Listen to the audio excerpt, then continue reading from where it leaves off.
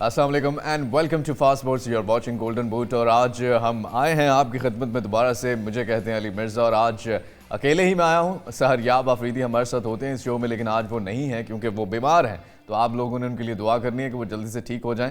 और आफरीदी, हमारी दुआएं आपके साथ हैं, आप जल्दी से हमें ज्वाइन करें। तो आज प्रोग्राम में जो है वो प्रीमियर लीग के कुछ मैचेस हैं जिनके बारे में बात करेंगे। सुपर कोपा, जी हाँ, इसका फाइनल हुआ है और क्या ही फाइनल था। डार्बी मैच था ये, जो कि Inter Milan versus AC Milan के दरमियान हुआ था। और ये मैच किसने जीता है वो आपको बताएंगे। और कंसेक्यूटिव विन है उनकी, पिछले साल भी उन्होंने जीता था और इस साल भी जीता है। उसके साथ साथ पीटर ड्रूरी का नाम शायद वो लोग जानते हों जो फुटबॉल देखते हैं, और सिर्फ देखते ही नहीं हैं बल्कि सुनते भी हैं। और वैसे भी स्पोर्ट्स सिर्फ अगर देखी जाए तो उसका वो मज़ा नहीं है जब तक उसके साथ वो दिलचस्प किस्म की कमेंट्री ना हो, चाहे वो कोई भी स्पोर्ट्स हो। और यहाँ पे जो है वो पीटर ड्रूरी फुटबॉल की दुनिया के माने जाने जो है वो नाम है, और उनकी जो कमेंट्री है उसके बारे में जितनी तारीफ़ करें वो कम है। उसके ऊपर एक रिपोर्ट भी हमने तैयार की है उनकी पोइटिक कमेंट्री के ऊपर। और उसके साथ साथ हम बात करेंगे कुछ फ़नी मोमेंट्स फुटबॉल की हिस्ट्री में हुए हैं और बड़े ही ज़बरदस्त ऑन फील्ड ऑफ फील्ड ये मोमेंट्स हैं, उनके ऊपर भी बात करेंगे। और कुछ मोमेंट्स ऐसे होते हैं जो कि आप जानबूझ के शायद नहीं करते लेकिन हो जाते हैं, और वो भी कैप्चर किए। और कैमरे की आंख से कहते हैं कोई आंख बच नहीं सकती, तो कैमरे की आंख से कुछ भी बचता नहीं है, और उन फ़नी मोमेंट्स को भी कैप्चर किया उसने। इसके साथ साथ हम बात करेंगे रोनाल्डो, ब्राज़ीलियन रोनाल्डो। बहुत से लोग उन्हें याद करते हैं उस 2002 के फीफा वर्ल्ड कप के लिए, क्योंकि बेहतरीन परफॉर्म किया था उन्होंने, प्लेयर ऑफ द टूर्नामेंट भी हुए थे। उन्होंने एक सीक्रेट बताया जो टर्की के ख़िलाफ़ मैच में उन्होंने एक गोल किया था, और उसका सीक्रेट उन्होंने रिवील किया है। वो क्या है वो बताएंगे, कुछ ट्वीट्स भी बताएंगे। सबसे पहले हम बात करेंगे आज के पहले मैच की, और ये मैच जो हम डिस्कस करने जा रहे हैं बहुत ही शॉकिंग न्यूज़ मैनचेस्टर यूनाइटेड के फैंस के लिए, क्योंकि ये match Manchester United versus crystal palace के दरमियान खेला गया। और मैनचेस्टर यूनाइटेड और क्रिस्टल पैलेस के दरमियान ये जो मैच है वो एक एक गोल से बराबर हो गया है। बहुत ही ज़बरदस्त परफॉर्मेंस यहाँ पे क्रिस्टल पैलेस को फुल मार्क्स देने पड़ेंगे, क्योंकि जितनी तारीफ़ करें कम है। बहुत ही शानदार खेला है। यूनाइटेड के फैंस के लिए ये एक सदमा है कि एक गोल ही कर पाए हैं, हालांकि मौके थे उनके पास काफ़ी और चांसेस भी थे। स्टैट्स पे अगर एक नज़र डालें तो स्टैट्स की क्या सूरत हाल है, आइए आपको ये स्टैट्स दिखाते हैं। शॉट्स आप देख रहे हैं 10 थे, 15 जो शॉट्स थे वो यूनाइटेड की तरफ से थे, ज़्यादा थे क्रिस्टल पैलेस की निस्बत, लेकिन कोई फ़ायदा नहीं हुआ। शॉट्स ऑन टारगेट जो थे वो 5 थे क्रिस्टल पैलेस की तरफ से, 4 जो थे वो यूनाइटेड की तरफ से थे, लेकिन 4 में से एक ही गोल कन्वर्ट करने में कामयाब हुई यूनाइटेड, बड़े बड़े खिलाड़ियों को रखने के बावजूद भी। पोजेशन जो है वो 39% था, क्रिस्टल पैलेस के पास 61% पोजेशन था, यूनाइटेड के पास आप देख रहे हैं 399 थे, क्रिस्टल पैलेस के पास 626 पासेस थे यूनाइटेड के पास, और ऑलमोस्ट डबल जो थे वो पासेस इन्होंने किए हैं। और पास एक्यूरेसी भी आप देख रहे हैं 73% पास एक्यूरेसी थी क्रिस्टल पैलेस की, 81% मैनचेस्टर यूनाइटेड की थी। और फाउल्स आप देख रहे हैं 9 थे, और 10 जो थे फॉल्स वो यूनाइटेड की तरफ से थे। एक येलो कार्ड दिया गया क्रिस्टल पैलेस को, 2 येलो कार्ड्स दिए गए हैं यूनाइटेड को। कॉर्नर्स दोनों को बराबर मिले हैं, एक यही वाहिद चीज़ थी जो बराबरी की सतह पे रही है, लेकिन उसके बावजूद भी गोल्स जो हैं वो बराबर रहे हैं या कॉर्नर्स बराबर रहे हैं। बिल्कुल यहाँ पे मायूस कुन परफॉर्मेंस रही है। और पॉइंट्स टेबल पे अगर एक नज़र डालें तो पॉइंट्स टेबल की क्या सूरत हाल है। यूनाइटेड जो है अभी भी तीसरे नंबर पर है, 19 में से 12 मैचेस उन्होंने विन किए, लेकिन अब हारने का रेशो ज़्यादा होता जा रहा है। 4 मैचेस वो हार चुकी है, 3 ड्रॉ किए हैं और 12 विन्स हैं उनकी। जबकि क्रिस्टल पैलेस आप देख रहे हैं 12वें नंबर की टीम है जिन्होंने ये मैच बराबर कर लिया, और मेरे ख्याल में ये मैच बराबर करना उनके लिए किसी विन से कम नहीं है। 12वें नंबर पे ये भी पॉइंट्स टेबल पर हैं। 19 में से 6 मैचेस इन्होंने जीते हैं, 5 जो हैं वो ड्रॉ किए हैं और 8 जो है वो हारी है ये टीम। ये वो मैच जो यूनाइटेड कभी नहीं भूल पाएगी, क्योंकि ये मैच जीतना चाहिए था उन्हें, जिस तरह की वो टीम है, जिस तरह के उनके पास प्लेयर्स हैं। और प्लेयर जो हमने फीचर किए हैं इस मैच में उनके ऊपर भी हम बात करेंगे। मैनचेस्टर यूनाइटेड के ही प्लेयर हमने फीचर किए हैं, और वो है ब्रूनो फर्नांडिस। और ब्रूनो फर्नांडिस की शानदार परफॉर्मेंस रही है इस मैच में, उन्होंने गोल भी किया है और आप देख रहे हैं 8.7 रेटिंग, गोल्स 1 किया, एक्यूरेट पासेस 75%, चांसेस जो क्रिएट किए वो 4 थे, बिग चांसेस जो क्रिएट किए 2 थे, और टोटल जो शॉट्स थे वो 3 थे। और अब ब्रूनो फर्नांडिस की अगर बात करें तो अब लेट्स सी अगले जो मैचेस आने वाले हैं उसमें किस तरह से परफॉर्म कर पाएंगे ब्रूनो फर्नांडिस। अब बाकी टीम भी इस तरह से परफॉर्म कर पाएगी या नहीं कर पाएगी, ये तो अब आने वाले मैचेस में ही देखा जाएगा। लेकिन कोच जो है वो काफ़ी मायूस हैं, और कोच के साथ साथ जो शायकीन मैनचेस्टर यूनाइटेड हैं वो भी काफ़ी मायूस हैं, क्योंकि इस तरह की परफॉर्मेंस बिल्कुल एक्सपेक्ट नहीं कर रहे थे इस स्टेज पे, जबकि आप काफ़ी जो है वो तीसरे नंबर पर है पॉइंट्स टेबल पर, और आपके लिए मौका भी है कि आप एक ऐसी टीम के ख़िलाफ़ जीत कर जो है वो अपनी जो जगह है पॉइंट्स टेबल पर वो और ज़्यादा मुस्तहकम करें। दूसरे नंबर पर मैनचेस्टर यूनाइटेड, आर्सेनल पहले पर ही है, और अगर ये मैच जीत जाती मैनचेस्टर यूनाइटेड तो मैनचेस्टर सिटी से शायद ऊपर आ जाते। और ये आपने कोच को भी देखा जो कि बड़े मायूस नज़र आए हैं, और उन्होंने क्या मायूस होना, हम खुद मायूस हुए हैं मैनचेस्टर की इस परफॉर्मेस को देखकर नज़र आया। स्टैट्स पे एक नज़र डालते हैं इस मैच के। इंटर मिलान और AC मिलान के दरमियान हुआ है, और 14 जो थे वो शॉट्स थे AC मिलान की तरफ से, जबकि 12 थे इंटर मिलान की तरफ से। शॉट्स ऑन टारगेट 6 थे इंटर मिलान की तरफ से, 3 थे AC मिलान की तरफ से, और पोजेशन जो था वो 66% था। यहाँ पर AC मिलान के पास जो है वो पोजेशन ज़्यादा था, 34% जो है वो इंटर मिलान के पास था। पासेस 510 थे AC मिलान की तरफ से, 265 थे इंटर मिलान की तरफ से। पास एक्यूरेसी भी आप देख रहे हैं 84% थी AC मिलान के पास, 73% इंटर मिलान के पास।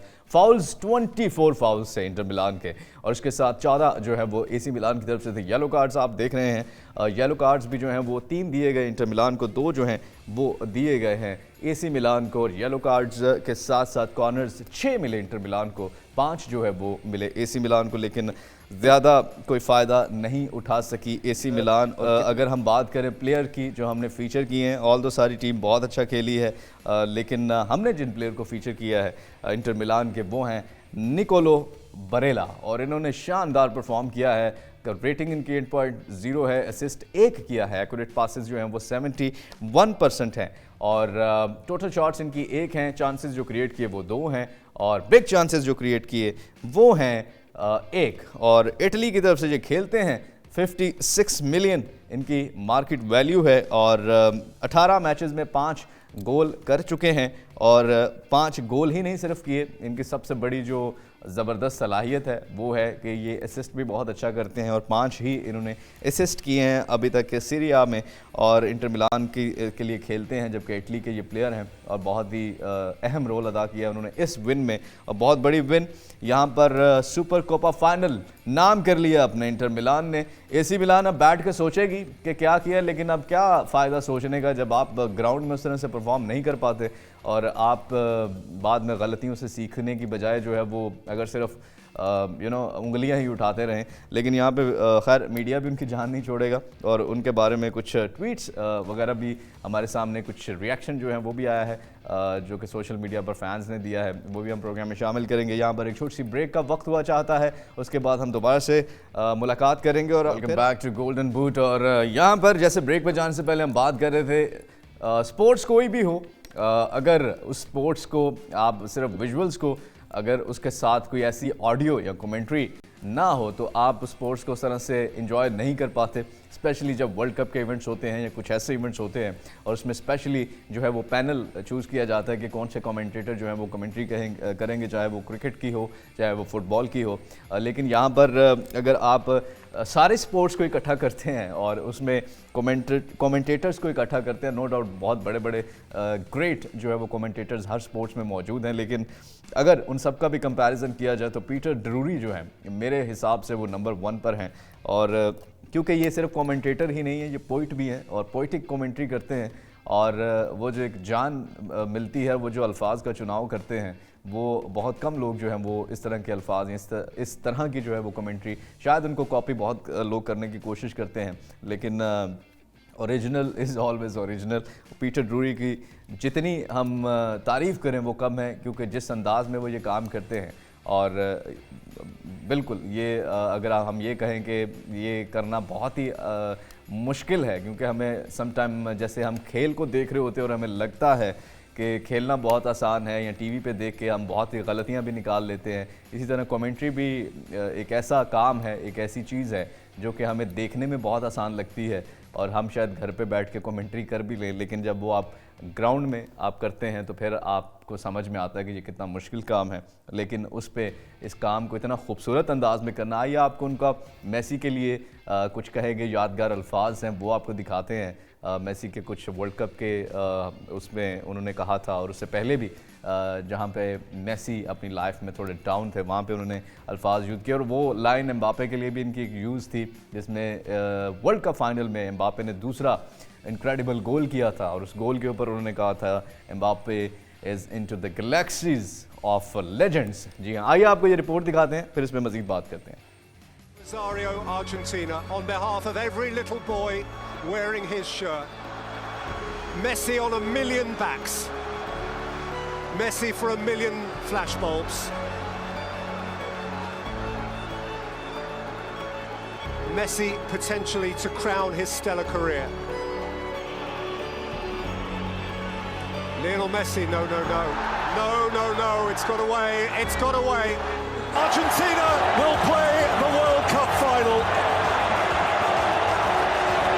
at his own brilliant behest. Messi will play in the ultimate game. Lionel Messi has a shot at his crowning moment as Luka Modric says farewell. Argentina into the final of the World Cup for the 6th time. In a bittersweet moment of personalities. One great will get to glitter on the most shimmering stage of all, whilst the other must sidle away, head bowed. But it is about more than just two men, great though they are. Messi, of course, played his part and more, with a penalty and some mercurial magic. But it is an Argentina team, an Argentina nation which celebrates. Argentina, champions of the world! And a nation will tango all night long. 36 years since Maradona and Mexico. Here, finally, is a nation's new throng of immortals. Messi will be sainted. France this time denied, defied. And in 2022, the world champions are Argentina. Lionel Messi has conquered his final peak. Lionel Messi has shaken hands with paradise. The little boy from Rosario, Santa Fe, has just pitched up in heaven. He climbs into a galaxy of his own. He has his crowning moment. And of course, he is not alone. He was beautiful. He was the point of difference. He has always been the point of difference. Unparalleled. And maybe today there will, of course, always be those who argue, always be those who debate. And the debate can rage on if you like. But as he falls in love with the object in the world that his heart most desired, it is hard to escape the supposition that he has rendered himself today. Wow. At his own brilliant behest, fantastic. जी हाँ, बहुत ही शानदार ये commentary और ऐसे goose bumps आ जाते हैं जब भी आप इनकी कमेंट्री को सुनते हैं। और welcome back to golden boot. और ब्रेक पे जाने से पहले हम बात कर रहे थे कि प्रोग्राम के इस हिस्से में हम शामिल करेंगे कुछ ट्वीट्स हैं हमारे पास और कुछ वीडियोस हैं हमारे पास, वो शामिल करेंगे। आइए सबसे पहली ट्वीट देखते हैं हमारे पास कौन सी है। उस्ताद अच्छा हो तो फिर शागिर्द भी अच्छे हो ही जाते हैं। जी हाँ, पेप गार्डियोला जो है फॉर्मर, इनके जो स्टूडेंट्स हैं Michael Arteta, Vincent Kompany and Xavi are on top of their respective leagues. जी हाँ, ये तीनों जो हैं इनके स्टूडेंट्स हैं और तीनों ही अपनी अपनी लीग में टॉप पर हैं। चाहे वो आर्टेटा हो, आर्टेटा के बारे में हमने काफ़ी कुछ ख़बरें शामिल की थी पिछले शोज़ के अंदर भी, और काफ़ी फ्रस्ट्रेशन भी उनकी तरफ से नज़र आई थी जब उनकी टीम अच्छा परफॉर्म नहीं कर रही थी, लेकिन उसको कवर भी किया है और टॉप पर नज़र आ रहे हैं आर्टेटा भी अपनी लीग में। ज़ावी की बात करें तो ऑफ कोर्स बार्सिलोना ने विन किया है अपना, जो लास्ट हम प्रोग्राम में भी शामिल कर रहे थे, बेहतरीन परफॉर्मेंस उन्होंने दी है और पहला ही एज अ कोच उनका ये टूर्नामेंट था और पहली इसमें विन हासिल की है फ़ाइनल जीत लिया है। और कंपनी की बात करें, विंसेंट ये भी बड़ा शानदार अपनी लीग में परफॉर्म कर रहे हैं, और पेप गार्डियोला खुद भी, जिन्होंने रोनाल्डो को भी बनाया और ऐसे प्लेयर्स को बनाया, करीम बेंजेमा बनाने में भी उनका काफ़ी बड़ा हाथ है। और सिर्फ प्लेयर्स को ही नहीं बनाया, उन्होंने ये भी साबित किया कि जो उन के अंडर खेल चुके हैं वो अच्छे कोचेज़ भी बन सकते हैं। और यही एक अच्छे टीचर की जो है वो निशानी भी होती है, क्योंकि आप जो है वो ऐसे ही प्लेयर्स को तैयार करते हैं, अपनी सेल्फ के लिए नहीं तैयार करते, बल्कि ऐसा तैयार करते हैं कि वो खुद जिस भी फील्ड में जाएं, चाहे वो एज अ प्लेयर खेल रहे हैं या चाहे वो एज अ कोच अपनी ड्यूटीज़ दे रहे हैं या एज अ मैनेजर दे रहे हैं, क्योंकि ये आपकी ज़िंदगी में भी अप्लाई होता है। आपका ऑन फील्ड तो होता है, लेकिन आप अच्छा, ये अक्सर अगर आप देखें कि आप ऑन फील्ड खेल रहे हैं और आप उधर बड़ा अच्छा परफॉर्म कर रहे हैं, तो वो हमेशा वहाँ पे अच्छा परफॉर्म वही करेगा जो अपने निजी मामलात में भी बहुत अच्छा होगा, क्योंकि वही आपकी ज़िंदगी में चीज़ें इफ़ेक्ट करती हैं। जितना आप बाहर की ज़िंदगी में अच्छे हैं, उतना ही आप ऑन फील्ड भी अपनी लाइफ में, अपनी मैनेजमेंट में, अपने प्लेयर्स के साथ अच्छा होंगे।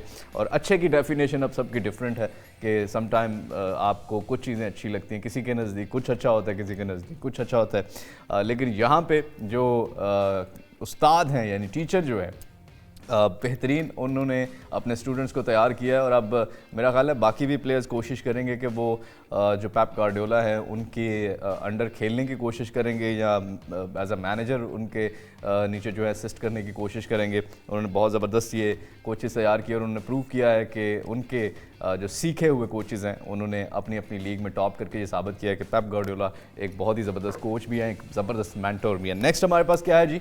नेक्स्ट आपको दिखाते हैं नेक्स्ट ट्वीट हमारे पास। क्या ये आखिरी वक्त होगा रोनाल्डो और मेसी के लिए? क्योंकि सऊदीया ऑल स्टार और जी आप जानते हैं PSG के दरमियान ये मैच, और गल्फ़ कंट्रीज़ को इसका क्रेडिट जाता है कि दोनों प्लेयर्स को उन्होंने इकट्ठा कर ही लिया है। और आज ये मैच जो है वो रात 10 बजे, जी हाँ, ये मैच हो रहा है PSG वर्सेस सऊदीया ऑल स्टार। अल नसर ने रोनाल्डो को लिया और रोनाल्डो ने तहलका मचा दिया जब वो अल नसर गए। दूसरी तरफ PSG के साथ उन्होंने मैच भी रख लिया, सऊदीया के जो फेडरेशन है फीफा, और उसमें अल हिलाल और अल नसर से जो टॉप प्लेयर्स हैं वो इसमें खेल रहे हैं। और उसके साथ दूसरी तरफ PSG, एम्बापे, मेसी, नेमार। लेकिन इस वक्त जो हेडलाइंस में आए हुए हैं वो मेसी हैं, क्योंकि मेसी और रोनाल्डो को उनके फैंस देखना चाहते हैं। वर्ल्ड कप में नहीं देख पाए क्योंकि कोशिश थी, और कोशिश के बावजूद जो है वो पुर्तगाल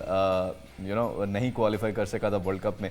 और उसके लिए मेसी जो है रोनाल्डो के साथ नहीं खेल पाए वर्ल्ड कप में। और यहाँ पर गल्फ़ कंट्रीज़ को ये क्रेडिट जाता है, और उनको जितनी तारीफ़ करें उनकी कम है कि उन्होंने रोनाल्डो और मेसी को अपने उनके फ़ैन्स के लिए एक आखिरी मौका दिया है। और इसके बारे में पहले भी बता चुके हैं कि 61 करोड़ की जो है वो टिकट भी फ़रोख्त हो चुकी हैं, और बाकी जो है वो लोग देखना चाहते हैं। लेकिन आई थिंक सो कि ये one of the best match होने जा रहा है हिस्ट्री का, वर्ल्ड कप की हिस्ट्री का, क्योंकि ये आखिरी दफ़ा, शायद आखिरी दफ़ा, क्योंकि शायद इसलिए मैं कह रहा हूँ कि कोई पता नहीं बाद में किसी कहीं और, क्योंकि अल हिलाल जो है वो कोशिश कर रहा है मेसी को अपने क्लब में लेने की, और अगर वो आ गए तो मे भी फिर हमें दोबारा भी नज़र आए। लेकिन PSG versus Saudi all star, Riyadh all star team में ये मैच होने जा रहा है, और ये शायद आखिरी बार हम रोनाल्डो और मेसी को आमने सामने देखेंगे। और व्यूवरशिप के भी रिकॉर्ड टूटने वाले हैं, और भी सारे रिकॉर्ड टूटने वाले हैं, बहुत सारे। ये आज रात ये बहुत बड़ा मैच हो रहा है PSG versus Saudi all star. आगे हमारे पास नेक्स्ट हमारे पास क्या है जी? ट्वीट आइए आपको वो दिखाते हैं। जी हाँ, 1 month ago Amy Martinez made the biggest save in football history. और ये वो सेव था जिसके बारे में मैं हमेशा बात करता हूँ। एक्सेट्रा टाइम था वर्ल्ड कप का मैच, फ्रांस वर्सेस अर्जेंटीना, और मैच ऐसा कि 70 मिनट के बाद एम्बापे ने जो है वो पांसा ही पलट दिया था, और कुछ ऐसा काम किया एम्बापे ने कि अर्जेंटीना के होश उड़ गए। 2 गोल उन्होंने विद इन 3 to 4 मिनट्स अपनी टीम के लिए की और मैच को बराबर कर दिया। और बराबर करने के बाद फिर उधर से भी अटैक हो रहे थे अर्जेंटीना की तरफ से और फ्रांस की तरफ से भी, लेकिन कोई गोल स्कोर नहीं हुआ और मुकर्ररा वक्त ख़त्म हो गया। अब ये ज़िंदगी तो है नहीं कि आपको मुकर्ररा वक्त के बाद दोबारा वक्त नहीं मिलेगा, तो उनको दोबारा वक्त दिया गया कि ओके जी हाँ, बाकी जो मुकर्ररा वक्त के बाद वक्त था उसमें फिर मेसी जो है एक दफ़ा फिर उन्होंने अपने ख्वाब को पूरा करने के लिए कोशिश की और वो गोल करने में कामयाब हुए। लेकिन फिर जो है एम्बापे उन्होंने कहा कि मैं इस ख्वाब को पूरा करने में पूरी रुकावट डालूंगा, और उन्होंने तीसरा गोल भी किया और वो मैच बराबर कर दिया एक्स्ट्रा टाइम में भी।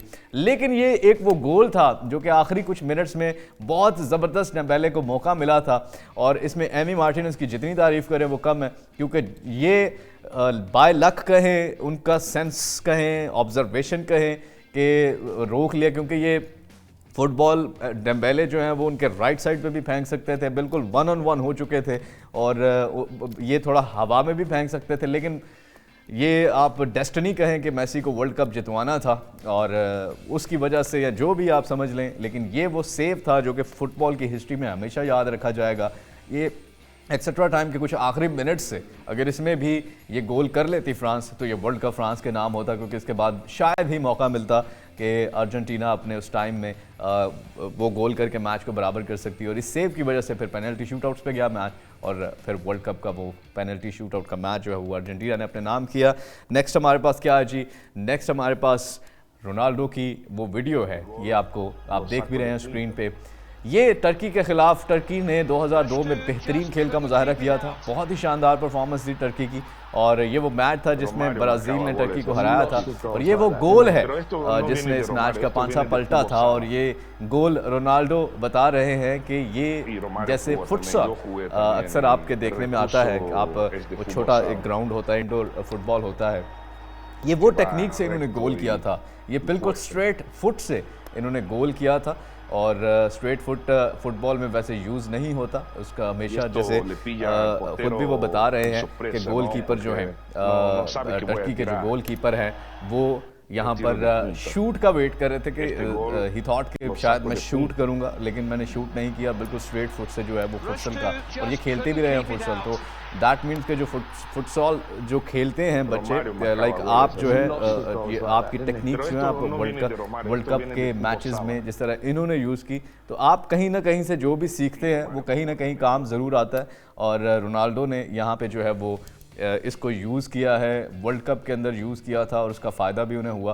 तो आप ज़िंदगी में जिन चीज़ों से भी गुज़रते हैं, आपको वो चीज़ें कुछ ना कुछ सिखाती ज़रूर है, आपके ऊपर डिपेंड करता है कि आप अपनी ज़िंदगी में कौन सी चीज़ जो है उसको कहाँ पर यूज़ करते हैं, और यहाँ पे रोनाल्डो ने उसको परफेक्ट यूज़ किया वर्ल्ड कप के उस मैच में, जहाँ पे बहुत ज़्यादा ज़रूरत थी टर्की के ख़िलाफ़ ब्राज़ील को जीतने की, और ये वही गोल था जिसने उनको जिताया, और उसके बाद उन्होंने 2002 का वर्ल्ड कप जो है वो भी अपने नाम किया। आज के प्रोग्राम के लिए बस इतना ही, इंशाल्लाह नेक्स्ट आपसे दोबारा मुलाकात होगी। अपना बहुत सा ख्याल रखिए, आप देखते रहिए फास्ट स्पोर्ट्स। अपने मेज़बान अली मिर्ज़ा को इजाज़त दीजिए, अल्लाह हाफ़िज़।